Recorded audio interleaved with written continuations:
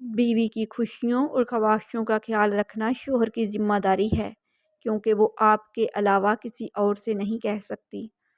شوہر کا پیار، وقت، توجہ ہی بیوی کے لیے سب سے بہترین تحفہ ہے۔ قرآن پاک میں مرد اور عورت کی دوستی کا ذکر کہیں بھی نہیں ہے۔ اس متعلق اللہ پاک نے فرمایا ہے، اور جو تمہیں پسند ہو اس کے ساتھ نکاح کرو۔ شوہر اپنی روٹھی بیوی کو پیار سے مناتا ہے تو اللہ پاک کو اس کی یہ ادا بہت پسند آتی ہے۔ لوگ کہتے ہیں پہلے سنبھل جاؤ پھر نکاح کرنا، لیکن میرا اللہ کہتا ہے تم نکاح کرو، تمہیں سنبھالنے کی ذمہ داری میری ہے۔ اپنی زندگیوں میں اللہ کی محبت لانے کے لیے سبحان اللہ، ماشاء اللہ، جزاک اللہ اور الحمدللہ کا زیادہ سے زیادہ استعمال میں لائیں۔ جب ہر بات میں اللہ ہوگا تو ہر کام اس کی مرضی کا ہوگا، اور اس کی مرضی میں کبھی نقصان نہیں ہوتا۔ اللہ کے نام سے ہر چیز کا آغاز کرتا ہوں، اسی پر بھروسہ ہے اور اسی پر ناز کرتا ہوں۔ ہم اگر زبان کی پھیلائی ہوئی مصیبتوں کا جائزہ لیں تو معلوم ہوگا کہ خاموشی میں کتنی راحت ہے۔ اگر تم اڑ نہیں سکتے تو بھاگو، بھاگ نہیں سکتے تو چلو، چل نہیں سکتے تو رینگو، لیکن آگے بڑھنا نہ چھوڑو۔ دل میں اترنے کے لیے سیڑھیوں کی نہیں بلکہ اچھے الفاظ اور اچھے اخلاق کی ضرورت ہوتی ہے۔ کچھ دن شاخ پر بسیرا تھا، میں سمجھتا تھا باغ میرا تھا۔ ہم جانتے ہیں کہ صدقہ مصیبت کو قریب نہیں آنے دیتا، لیکن ہم صدقہ مصیبت آنے کے بعد دیتے ہیں۔ خوشی وہ واحد خوبصورت چیز ہے جو ہمارے پاس نہ ہوتے ہوئے بھی ہم دوسرے کو دے سکتے ہیں۔ نصیب بے شک اللہ کے ہاتھ میں ہے، لیکن دعا کا اختیار اس نے انسان کو دیا ہے۔ کسی سے بدلہ لینے کا مزہ 2-4 دن رہے گا، لیکن کسی کو معاف کرنے کا مزہ ساری زندگی رہے گا۔ ہمیشہ یہ اظہار کریں کہ آپ بالکل ٹھیک ہیں، چاہے زندگی آپ کو کتنی ہی مشکلات میں کیوں نہ ڈالے، کیونکہ رازداری دوسروں کے رحم کرنے سے کہیں زیادہ خوبصورت ہے۔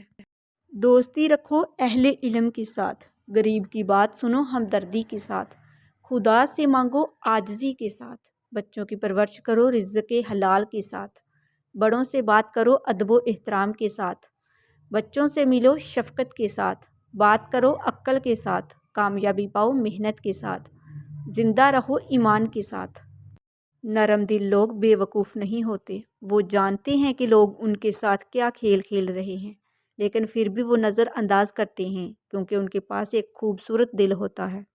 ہم انمول تو نہیں، مگر بارش کے ان قطروں کی طرح خاص ضرور ہیں، جو ہاتھوں سے گر جائیں تو پھر کبھی ملا نہیں کرتے۔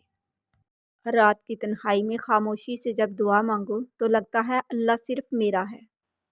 وقت کے تھپڑوں نے سکھا دی ہوشیاری، ورنہ ہم بھی معصومیت کی حد تک معصوم تھے۔ مرد کی وفا کا پتہ ہی عورت کی بیماری میں چلتا ہے کہ سکہ کھوٹا ہے یا کھرا ہے، اسی طرح عورت کی دلداری مرد کی بے روزگاری کے وقت پتہ چلتی ہے کہ وہ کاغذی ہمسفر ہے یا واقعی شریک حیات ہے۔ کسی کو اتنا نہ ستاؤ کہ وہ خدا کے سامنے تمہارا نام لے کر رو پڑے۔ جو اچھا لگتا ہے اسے غور سے مت دیکھو، کہیں ایسا نہ ہو کوئی برائی نکل آئے۔ جو برا لگتا ہے اسے غور سے دیکھو، ممکن ہے کوئی اچھائی نظر آ جائے۔ کبھی کبھی عبادتیں نہیں ندامتیں قبول ہو جاتی ہیں۔ جب ضمیر ملامت کرنا چھوڑ دے تو سمجھ جاؤ کہ تمہارے اندر انسانیت مار چکی ہے۔ اکثر جس شخص سے آپ کو امید ہوتی ہے کہ سہارا دے گا، وہی شخص آپ کی بنیادیں ہلا دیتا ہے۔ ضروری نہیں کہ کچھ توڑنے کے لیے پتھر ہی اٹھاؤ، بس لہجہ بدل کر بولنے سے بھی دل ٹوٹ جایا کرتے ہیں۔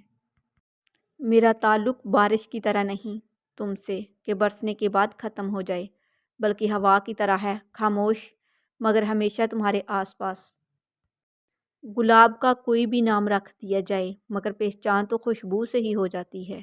انسان بھی ویسا ہی ہے، اس کا کوئی بھی رنگ ہو، روپ ہو، ذات ہو، قبیلہ ہو، مگر پہچان اپنے کردار اور اخلاق سے ہو جاتی ہے۔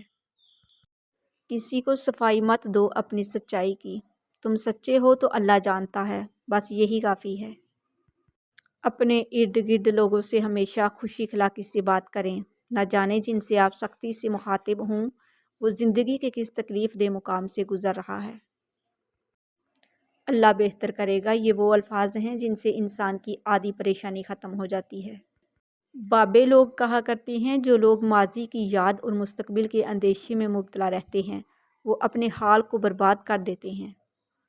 وہ نیکی بڑی معتبر ہے جس کا رب کے سوا کوئی گواہ نہ ہو۔ ناظرین، اگر آپ کو میری ویڈیوز اچھی لگتی ہیں تو پلیز میرے چینل کو سبسکرائب کر دیجئے، بیل آئیکن کو پریس کر دیجئے تاکہ میری ہر نئی آنے والی ویڈیو سب سے پہلے آپ لوگوں تک پہنچ سکے۔ میری ویڈیوز کو لائک اور شیئر کر دیجئے گا، شکریہ۔ جو لوگ میرے چینل پر نئے ہیں ان لوگوں سے میری دل سے ریکویسٹ ہے کہ پلیز میرے چینل کو سبسکرائب کر دیجئے، بیل آئیکن کو پریس کر دیجئے تاکہ میری ہر نئی آنے والی ویڈیو سب سے پہلے آپ لوگوں تک پہنچ سکے۔ میری ویڈیوز کو لائک اور شیئر کر دیجئے گا، شکریہ۔ اللہ حافظ۔